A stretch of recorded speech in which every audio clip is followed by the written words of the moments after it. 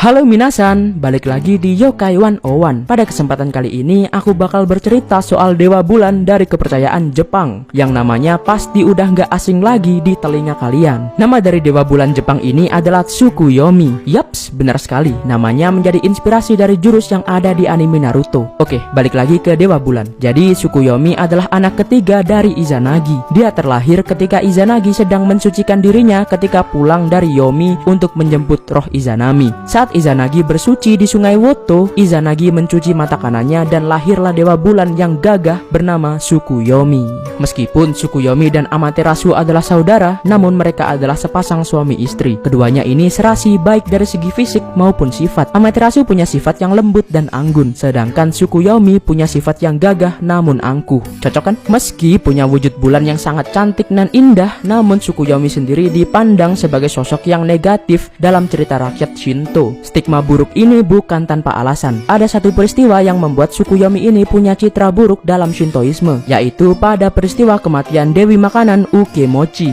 Jadi ceritanya Ukemochi mengadakan pesta makan besar di bumi. Sebenarnya yang diundang itu adalah Amaterasu si Dewi Matahari. Namun Amaterasu tidak bisa hadir karena satu alasan. Jadi Amaterasu meminta si suaminya yaitu Tsukuyomi untuk menggantikannya dan menghadiri pesta Ukemochi. Setelah Tsukuyomi datang, Ukemochi kemudian memulai pesta dan mulai membuat makanan. Alangkah kagetnya Tsukuyomi saat melihat cara Ukemochi membuat makanan. Ukemochi berubah menjadi laut untuk memuntahkan ikan, kemudian berubah menjadi ladang untuk memuntahkan nasi. Karena jijik, Tsukuyomi kemudian menusuk Ukemochi dengan pedangnya. Semua orang dan dewa yang diundang pun kaget tapi tidak bisa berbuat apa-apa karena kedudukan Tsukuyomi sendiri yang lebih tinggi dari mereka. Setelah kejadian itu, Tsukuyomi kembali ke surga dan bertemu Amaterasu. Amaterasu yang mengetahui hal itu langsung seketika benci dengan suaminya itu. Ia kemudian berkata kalau dia nggak mau melihat wajah dari Tsukuyomi lagi selamanya. 1001 alasan udah Tsukuyomi lontarkan untuk meminta maaf, tapi itu sia-sia. Itulah mengapa matahari dan bulan selalu kejar-kejaran, yang melambangkan siang dan malam. Amaterasu kemudian melihat keadaan Ukemochi yang udah tewas di bumi, tetapi Amaterasu senang karena kematian Ukemochi masih bisa memberikan manfaat kepada manusia. Ukemochi menjadikan tanah di bumi semakin subur dan penuh dengan makanan.